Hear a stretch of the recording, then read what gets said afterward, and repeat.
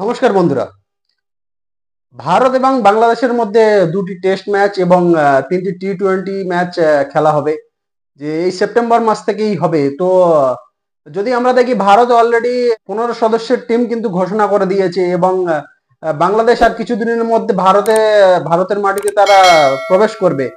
এবং যদি আমরা দেখি যে ভারতের প্লেইং ইলেভেন নিয়ে যদি আমরা কথা বলি, যে ভারতের প্লেইং ইলেভেন কি হতে পারে, যে 15 সদস্যের টিমের মধ্যে কিন্তু প্লেইং ইলেভেন তো বেছে নিতে হবে। সেই 15 প্লেইং ইলেভেন কি হতে পারে সেইটা নিয়ে যদি আজকে আমরা আলোচনা করি, তাহলে দেখবো যে ভারতকে প্রথমে কিন্তু মাথায় রাখতে হবে যে বাংলাদেশকে কিন্তু ছোট ভাবে বা হালকা ভাবে নিলে চলবে না। কারণ বাংলাদেশ কিছুদিন আগে আমরা দেখেছি যে পাকিস্তানের মাটিতে গিয়ে পাকিস্তানকে কিন্তু 2-0 ব্যবধানে তারা টেস্ট সিরিজ জিতেছিল এবং ইতিহাস তৈরি করেছিল। তো সেই বাংলাদেশকে কিন্তু হালকা ভাবে নিলে চলবে না, তাদের কিন্তু সিরিয়াসলি এবং খুব সুন্দরভাবে প্ল্যান করে কিন্তু খেলতে হবে। যে বাংলাদেশ ছোট টিম বলে আমরা গা ছাড়া মনোভাব নিয়ে খেলবো বা হালকা ভাবে তাদেরকে দেখবো, এইভাবে চললে কিন্তু এইভাবে করলে কিন্তু চলবে না। তো যদি আমরা দেখি ভারতের প্লেইং ইলেভেন, তো 15 সদস্যের টিম অলরেডি ঘোষণা হয়ে গেছে এবং তার মধ্যে যদি আমরা প্লেইং ইলেভেনের কথা বলি, তাহলে তো আমাদের প্রথমে দেখতে হবে যে কোথায় ম্যাচ হচ্ছে। ভেন্যু হচ্ছে কিন্তু Chennai M A Chidambaram stadium, চেন্নাইয়ে কিন্তু ম্যাচ হবে।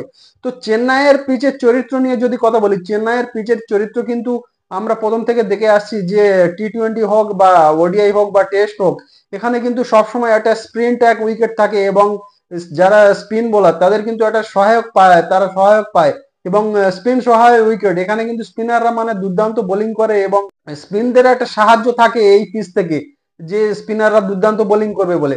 তো এখানে কিন্তু আমাদের মাথায় রাখতে হবে স্পিন সহায়ক উইকেট। সেখানে কিন্তু ভারত অলরেডি 4 জন স্পিনার, এই 15 সদস্যের টিমের মধ্যে কিন্তু 4 জন স্পিনারকে রেখেছে। তার মধ্যে কিন্তু 3 জন প্লেইং ইলেভেন যদি আমরা দেখি, তো 3 জনকে কিন্তু রাখবে ভারত। তো প্লেইং ইলেভেনের কথা যদি আমরা বলি, তো কে কে হতে পারে প্লেইং, তো আমরা প্রথমে রোহিত শর্মা তো অবশ্যই টিমের ক্যাপ্টেন এবং তিনি ওপেনিং করে, তো রোহিত শর্মা অবশ্যই থাকবে। এবং গত ইংল্যান্ড সিরিজে আমরা দেখেছিলাম যে ইংল্যান্ড ভারতে এসে খেলেছিল, সেখানে রোহিত শর্মা কিন্তু ক্যাপ্টেন হয়ে তিনি দুর্দান্ত পারফরমেন্স করেছিলেন এবং তার একটা সেঞ্চুরিও ছিল। তো সেই হিসেবে রোহিত শর্মা ওপেনে থাকবে এবং তার সঙ্গে যথাক্রমে যশস্বী জয়সওয়াল, তিনি লেফট হ্যান্ডার ব্যাটসম্যান এবং ইংল্যান্ড ভারতে এসেছিল, যে সিরিজ হয়েছিল চার টেস্টের একটি সিরিজ হয়েছিল, সেখানে কিন্তু Yashasvi Jaiswal man of the series হয়েছিলেন এবং তার একটা ডবল সেঞ্চুরিও ছিল, মানে দুর্দান্ত পারফরমেন্স করেছিলেন। তো যশস্বী জয়সওয়াল থাকবে রোহিত শর্মার সঙ্গে ওপেনিং এ এবং 3 নম্বরে থাকবে যথাক্রমে শুভমান গিলও কিন্তু সেখানে কিন্তু ইংল্যান্ড সিরিজে কিন্তু দুর্দান্ত পারফরমেন্স করেছিল, তার সেঞ্চুরিও একটা আছে। তো শুভমান গিল অবশ্যই থাকবে এবং বিরাট কোহলি, যে ইংল্যান্ডের বিরুদ্ধে সেই সিরিজে কিন্তু বিরাট কোহলি কিন্তু ছিল না, তিনি তার পার্সোনাল কিছু কাজের জন্য তিনি ছুটি নিয়েছিলেন এবং তিনি খেলতে পারেননি। তো এই সিরিজ এখানে থেকে কিন্তু বিরাট কোহলি তিনি রিটার্ন আসছেন টিমে, তিনি যোগ দেবেন। এবার বিরাট কোহলি কিন্তু 4 নম্বরে অবশ্যই থাকবে। এবার 5 নম্বরে আমরা যদি দেখি, যে গত ইংল্যান্ড সিরিজে সরফরাজ খান তিনি দুর্দান্ত ব্যাটিং করেছিলেন এবং এখানে কিন্তু 15 সদস্যের টিমের মধ্যে সেই সরফরাজ খান আছে, কিন্তু একজন যোগ হয়েছে কে এল রাহুলকে আমরা যদি দেখি, তিনি ইংল্যান্ড সিরিজে কিন্তু তিনি ইনজুরি থাকার কারণে কিন্তু তিনি খেলতে পারেননি।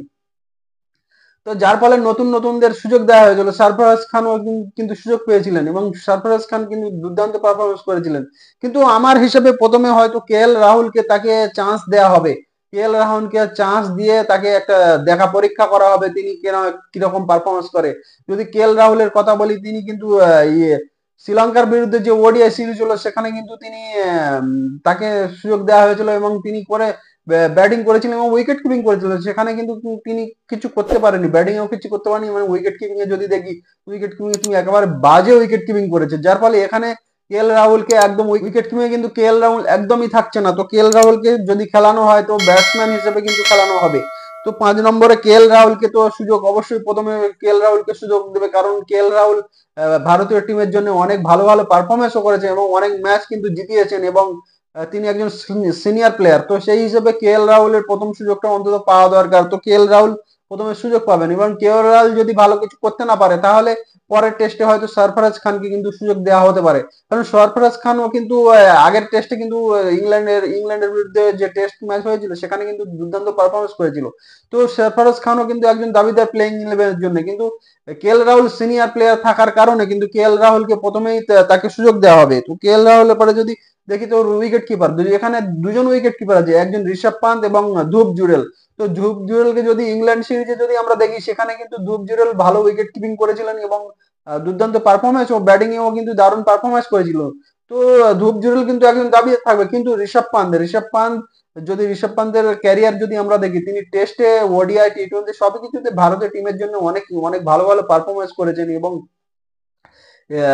তার যে অ্যাক্সিডেন্ট হয়েছিল, সেই অ্যাক্সিডেন্টের পরে কিন্তু তিনি টি-20 ওয়ার্ল্ড কাপে কিন্তু ফেরত এসেছে টিমে, কিন্তু টেস্টে এই প্রথম অ্যাক্সিডেন্টের পরে এই প্রথম টেস্ট খেলবে তিনি খেলবেন, কিন্তু তার জন্য ঋষভ পান্ত এবং সিনিয়র এক্সপিরিয়েন্স, তো সেই কারণে ঋষভ পান্তকে, ধুপ জুড়ের আগে কিন্তু ঋষভ পান্তকে সুযোগ দেওয়া হবে। এবং ঋষভ পান্ত কিন্তু একজন লেফট হ্যান্ডেড ব্যাটসম্যান, তো ভারতীয় টিমে এখন বর্তমানে দেখা যাচ্ছে যে লেফট হ্যান্ডেড ব্যাটসম্যানের কিন্তু অনেক কম, তো যার ফলে আহ, একজন এই টিমে যদি আমরা দেখি, একজন হচ্ছে কি যশস্বী জয়সওয়াল এবং দ্বিতীয় জন হচ্ছে ঋষভ পান্ত, তো লেফট হ্যান্ডেড ব্যাটসম্যান, তো সেই কারণে প্রথমে কিন্তু ঋষভ পান্তকে প্রথম চয়েস হবে, ঋষভ পান্ত উইকেট কিপার হিসেবে। তারপরে আমরা যদি দেখি স্পিন অ্যাটাক, রবীন্দ্র জাদেজা অবশ্যই থাকবে, তিনি অলরাউন্ডার, স্পিন বা দুর্দান্ত স্পিন বোলিং করেন এবং ব্যাটিং এ তো তার তুলনা নেই, যে ব্যাটিং উদ্ধারণ করে, অলরাউন্ডার হিসেবে তিনি ভারতীয় টিমে খেলেন। এবং 8 নম্বরে যদি দেখি আর অশ্বিন, রবিচন্দ্রন অশ্বিনের কিন্তু একজন সব থেকে সিনিয়র প্লেয়ার এবং তিনি দুর্দান্ত পারফরমেন্স করছেন এবং ব্যাটিং বোলিং দুটোইতে কিন্তু দারুণ পারফরমেন্স করছেন এবং ভারতীয় টিমের একটা মানে স্পিন স্পিন অ্যাটাকে কিন্তু সবথেকে ভরসা রবীন্দ্র জাদেজা এবং রবিচন্দ্র অশ্বিন। তো রবিচন্দ্র অশ্বিন অবশ্যই থাকবে এবং যেহেতু চেন্নাইয়ে ম্যাচ হবে এবং এম এ চিদম্বরম স্টেডিয়ামে স্পিন সহায়ক উইকেট, সেই কারণে 3জন স্পিনার নিয়ে খেলবে ভারতীয় টিম এবং কুলদীপ যাদব এবং আরেকজন থাকছে অক্ষর প্যাটেল আর কুলদীপ যাদবের মধ্যে যদি তুলনা করি, কারণ অক্ষর প্যাটেলকে আমরা অলরাউন্ডার হিসেবে চিনি, তিনি দুর্দান্ত ব্যাটিংও করেন এবং বোলিংও করেন, কিন্তু এখানে দুজন অলরাউন্ডারকে আমরা পেয়ে যাচ্ছি, রবীন্দ্র জাদেজা আর অশ্বিন, সেই কারণে আর একজন অলরাউন্ডারের কোনো প্রয়োজন নেই। এবং যদি বোলিং বোলার বোলিং এর সঙ্গে তুলনা করি, তো অক্ষর প্যাটেলের থেকে আমার মনে হয় কুলদীপ যাদব একটু বেটার বোলার এবং তিনি চায়না ম্যান হিসেবে পরিচিত এবং মিস্ট্রি বোলার নামে পরিচিত, সেই কারণে যে কুলদীপ যাদব কিন্তু এগিয়ে থাকবে। তো কুলদীপ যাদব 9 নম্বরে থাকছে এবং 10 এবং 11-তে যদি দেখি, দুজন স্পেস বোলার থাকবে, তো যথাক্রমে জসপ্রীত বুমরাহ এবং মোহাম্মদ সিরাজ। তো এই হচ্ছে কি প্লেইং 11, এই প্লেইং এ 3জন স্পিনার থাকবে, দুজন ফাস্ট বোলার থাকবে এবং একজন উইকেট কিপার এবং 5জন স্পেশালিস্ট ব্যাটসম্যান থাকবে।